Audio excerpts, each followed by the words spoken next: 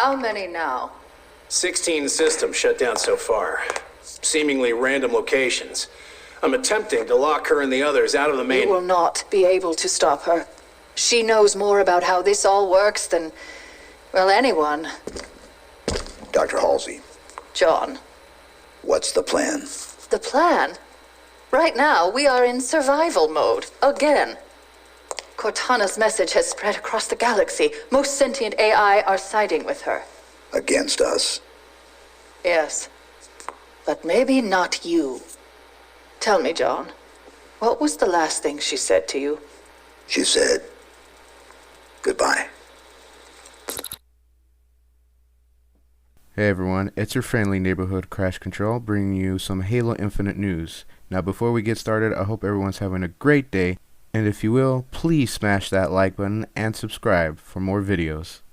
So for this video, we're just going to be looking at a quick glance at the new photos that 343 Industries has provided for us. So let's get started.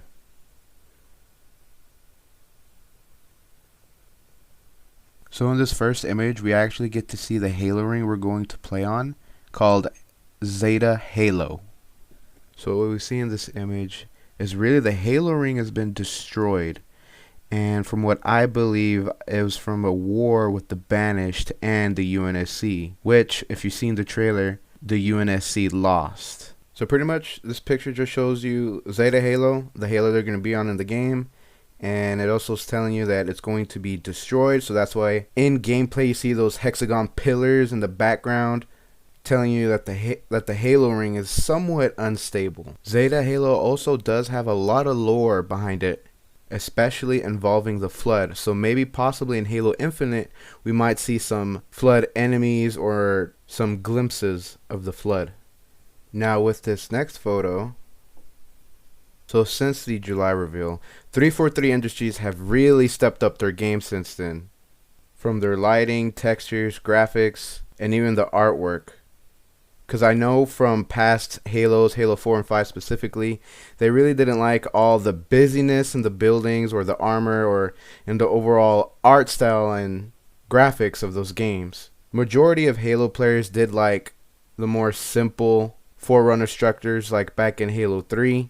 Me personally, I prefer the more simpler style like Halo 3. But if they do add some more of the busier art styles or graphics onto the game, that's fine as long as they don't overdo it. Now one thing 343 is definitely doing right is adding weather textures back into the game. Because back in Halo 4 and 5, the maps, they sometimes look too clean, and I kind of wish, there were some more scuffs and dirt marks and scratches. And here in Halo Infinite, especially in this, I guess you could say, pillar, they're definitely adding those weather marks. Zooming out of the photo. So from what I can tell from this image, it seems like you may be able to go up here, maybe like a bridge or possibly something you can fly up towards or go inside of. Then over here on the left, it seems like there's like a ship. I don't know if it's whether Banished, UNSC, Forerunner, or possibly something else. And obviously down here we have some sort of structure. It kind of reminds me of one of the old classic maps from the original Halos. So that's pretty cool. Then down over here you got your Warthog, you got the 2 Marines, the battle rifle. And you get like a slight snippet of Master Chief driving the Warthog. I'm really excited to see how far and how much we can explore in this game. Maybe we can go up here. And I'm pretty sure you can go down towards where the structure is at. And quite possibly right up here with these trees. But I don't know. We'll have to wait until the game comes out. Then onward with the next photo.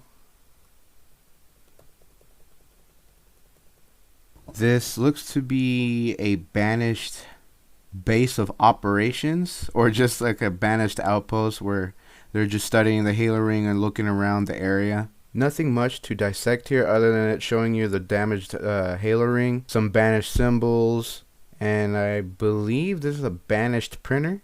No, I'm just playing. It's probably some banished box, or I don't know what this is. Then up next,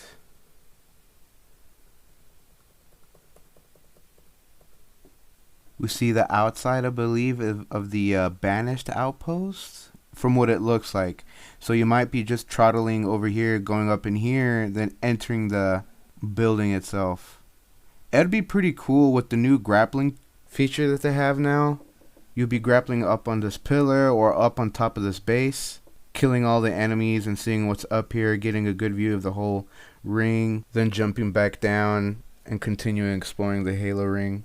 And earlier in the video when I talked about the hexagons, it's these things in the background. I hope there's not too many of these where it's really annoying, because I know most people don't like it, and I would actually kind of have to agree with them. They look pretty bad, especially for a damaged Halo ring. I feel like they could have been more creative instead of just using or just spamming the hexagons. So hopefully they can change that before release. But other than that, this is a pretty cool base. You got your banished symbols. This almost kind of reminds me of something off of Mordor, a kind of structure that they would use, or the style of it that they would use. So that's still pretty cool. Oh yes, and then here they said that they would demonstrate their day and night cycles, which will also include the ray tracing that will give this game a little extra oomph. Anyways, so from here, so back to the art style of the Halo games. It looks like they're going back to more of like a Halo CE art style, because this is what it looks like. Because with Halo 4 and 5, it was really busy and really sharp, and this seems to be more rounded, more, I guess you could say, blockish and more simple, which is pretty good. That's what people like. That's what the Halo fans enjoyed. So it's really awesome that 343 is listening to the community. Here we just see more of the trees, hexagons. These hexagons better not be spammed all over the game. We got some nice mountain ranges, some trees, some nice rocks. The sky looks gorgeous. Going back out. The leaves look pretty cool. Now the one thing I've noticed from these images and the trees is that it doesn't seem to be any dynamic wind going on. Like, this tree doesn't seem to have any kind of dynamic wind, and same thing goes for these other trees and from the other trees I've seen in the other photos. But of course the game is still in slight development, or possibly still a heavy development. It shouldn't be too much of an issue, but we'll see. Then with these other photos you get to see more of the dynamic lighting. So here we get more of like a early morning type of vibe going on. About midday.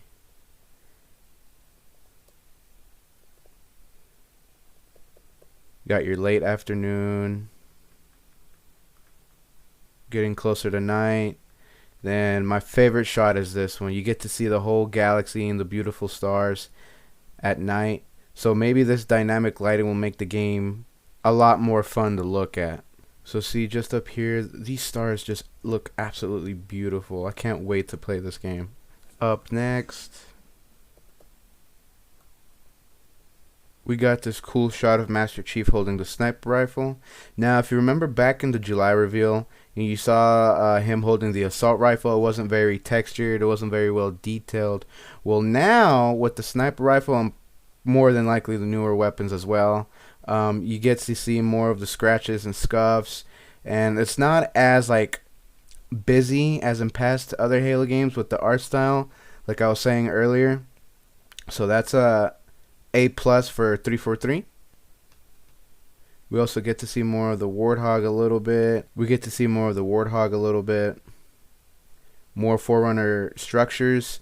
Now, for what I was saying when it's really busy, this is what I mean.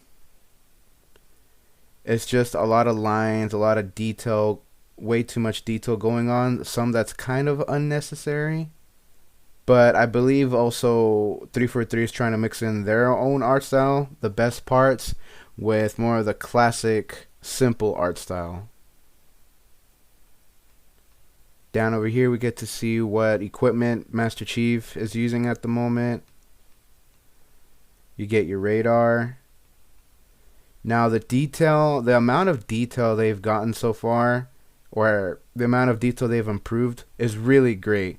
Even with the details of the rocks, the grass, it just shows that they've improved a lot. Everything else looks pretty great. Again, like I said, they probably don't have it in this picture or whatever gameplay they were doing in this photo, but some wind dynamics would be really great for this game, because I would not like to see just dead trees just being still and not moving. Water textures look absolutely amazing. Nothing to complain there. And let's keep moving on.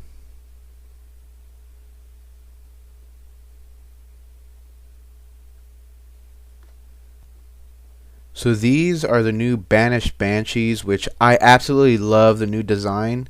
Well, they kind of kept it the basic design of it. They just added more of an armored, more heavier look to it. And instead of it being purple now, it's more of like a reddish maroon kind of color, which obviously I really love that color.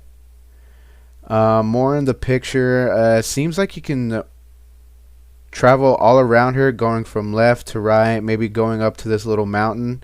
And also I just noticed this little base, which looks like the picture we saw earlier. Then same thing with this ship back over here. I still don't know if it's either UNSC, Banished, or something else, quite possibly. Then I have no idea what the hell is going on over here. I hope there's not too many texture pop-ups. That would be very bad for what this game is trying to do and what 343 is trying to give out. Some of the land here actually kind of reminds me of Halo Reach. Back during Forge World, they had this massive Forge map where you could legit just build anything. And this just little cliff just kind of reminds me of it, and the land itself reminds me of it too. Good memories, good memories. What would be a pretty cool thing, what 343 could add, if possible, if we could hop on a Banshee and possibly fly over the broken part of the bridge.